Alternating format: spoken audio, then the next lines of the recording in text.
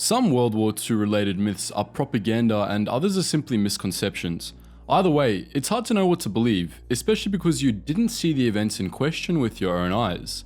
Even then, the brain likes to play tricks on us and it likes to forget. Of all World War II related myths, those surrounding the Germans and the Nazis are often the most scandalous, and there are so many that we can make a whole video just on those relating to the German army or the Heer. Let's see how many of the following 6 myths we're going to detail in this video come as a surprise to you.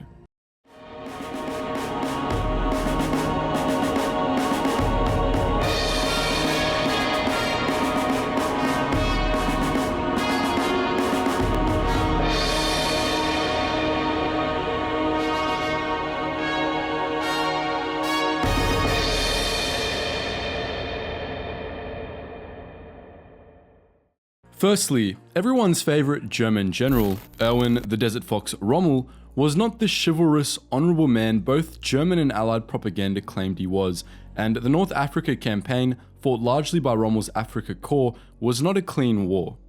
Rommel did in fact contribute to a variety of war crimes both before and during the North Africa campaign.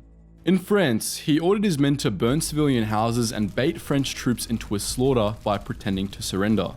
In Africa, Rommel's Afrika Korps massacred Jews in the Libyan city of Benghazi, helped the Italians move Jews to Italian camps where many of them perished, plundered Jewish ghettos, and helped notorious Nazi war criminal Walter Rauff commit genocide. The Afrika Korps even murdered some 500 POWs from the Jewish Brigade, a Jewish unit of the British Army. The chivalrous, honourable image of Rommel, his corps, and the North Africa campaign is a product of Nazi propaganda minister Joseph Goebbels and other propagandists, including Allied propagandists. Rommel was sold as a hero when the Germans were winning and a distraction when they were losing. When Nazi high command was finished with him, they implicated him in a plot to assassinate Hitler, blaming their late war defeats on the man. While Rommel was painted in a nice light by Allied propagandists during the war, it was doubly thick after it. The governments of the West wanted to use the West German army as a shield against the Soviets in the Cold War, and in order to do so, they needed to convince a battered post-World War II population that the Germans weren't all that bad, and Rommel, while dead, became the face of this effort. While the image of a meth-fueled German army and blitzkrieg through the Ardennes into France might seem pretty metal, and while it might have made your skin crawl when you watched the greatest events of World War II in colour, meth, in the form of Pervitin, was not so vital to the German war machine as you might think. The success of Germany's early operations was largely due to the element of surprise and the speed with which they advanced. Even if the German army did have an unlimited supply of meth, it was still limited by other factors, such as limited fuel supplies and the very need to refuel. And yes, the meth itself was finite, and as the war went on, it became less and less prevalent, as it suited less and less the type of war the Germans were fighting. Sitting in the rubble of a broken building high on meth in the Russian winter isn't really conducive to anything, for instance. In reality, meth was more prevalent in Germany herself, where German housewives were munching meth-infused chocolates and obliterating their housework. And if the men of the mid to late war German army were getting it from anywhere, it was from them. The German armed forces and its constituents are often referred to as the German war machine. I even referred to the Heer as such in this very video. In reality, it was not so much a machine as an organic force of humans and beasts. But in saying this, there are 2 ways this myth can slide. Firstly, the Heer was not made up primarily of Panzer units and other motorized units. At its peak, only around 20% of all Heer units were mechanized. Men got by on their legs, and horses were the locomotive forces behind 2/3 of all German land vehicles and most artillery. Of course, these figures varied throughout and in different theatres of the war. In North Africa, for instance, when Rommel was plundering Jewish settlements and getting his picture taken, German units were fully mechanized, as horses sucked too much water and trucks could carry more of anything. We must be careful, however, not to liken the Germans to step riders of the Mongol Empire. To spread this notion would be to give rise to yet another myth. In reality, the Germans were limited in the number of vehicles they could produce, so they concentrated it in mechanized forces and in places they deemed best.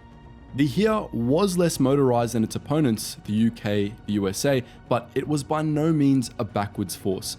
Pretty much everyone used horses. Continuing on this train of thought, it's also a myth that the tanks used by those panzer units were superior to the tanks of other participating armies. While German tanks, such as the famous Tiger, boasted firepower and armor equal to, if not slightly better than the tanks of other nations, they were not leagues and bounds superior.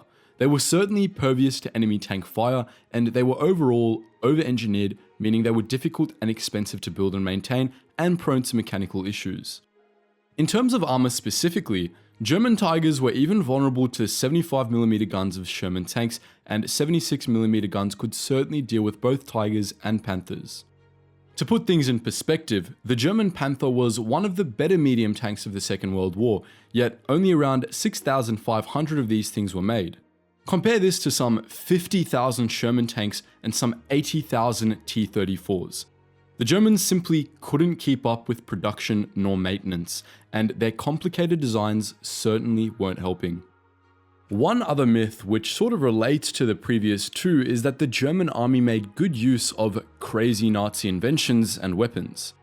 While the Germans did experiment quite a bit, especially when things started to turn south for them, few death ray-esque weapons were used to effect on the battlefield. Not to say that the Germans weren't inventive, nor that they haven't paved the way for many modern technologies, but Leviathans such as the Karl Garret, the Great Gustav, and the Landcruiser P-1500 were wastes of time and metal. In reality, the most effective weapons wielded by the German army were those which could be carried by a single man, such as the MG-42 machine gun and the tank-killing Panzerfaust. If introduced earlier, the Sturmgewehr 44, the first ever successful assault rifle, may have changed the outcome of the war too, but you can forget all about death rays, Nazi UFOs, and undead mechanical soldiers and all of that. Perhaps the greatest myth relating to the German army is the myth of the clean Wehrmacht, which pretty much infers that the men of the Wehrmacht, which of course included the men of the Heer, did not commit or were not responsible for German atrocities and war crimes in the Second World War, primarily the Holocaust. According to the purveyors of this myth, these atrocities and war crimes were solely, or at least largely, conducted by the SS, who, along with the party itself, were the only true Nazis. As with the mechanized German army myth, this one can sort of slide both ways. While German officers may have started the myth, the powers of the West, exactly how it had happened with the myth of Rommel, took it and ran with it. They believed they needed the West German army as an additional shield against the USSR and communism in the Cold War, and pinning German atrocities and war crimes on just the SS, just the Nazis, was one big step toward painting the Germans in a new light and gaining the people's trust. Turning this on its head, we would also be proliferating pretty much the opposite myth by saying that every soldier in the German army committed atrocities and war crimes, and that every German was a Nazi. This, of course, was not the case, as we evinced in one of our previous videos. In fact, German officers had no legal right to threaten their men with death if they didn't participate in atrocities and war crimes. By the books, these officers would have faced a court-martial if they were caught doing so. Some soldiers did refuse, and most of them were relieved from the hideous duty. But in that same breath, many did commit the atrocities and the war crimes voluntarily. So those are just 6 myths relating to the German army in the Second World War, but how many came as a surprise to you? Do you think any of them actually aren't a myth? Can you think of any other myths about the German army? What about Germany in general? As always, please share your thoughts in the comments section below. We always love to read them. And just before you go, guys, if you want to join our wider history community, make sure you check out some of the links in the description below, where you can join us on Facebook and Instagram to receive access to exclusive content that you won't find on this channel. And if you want to chat to myself and other history buffs, make sure you join the Discord as well. All of those links are in the description below. Anyways, guys, as always, thank you so much for watching, and I hope you learned something new.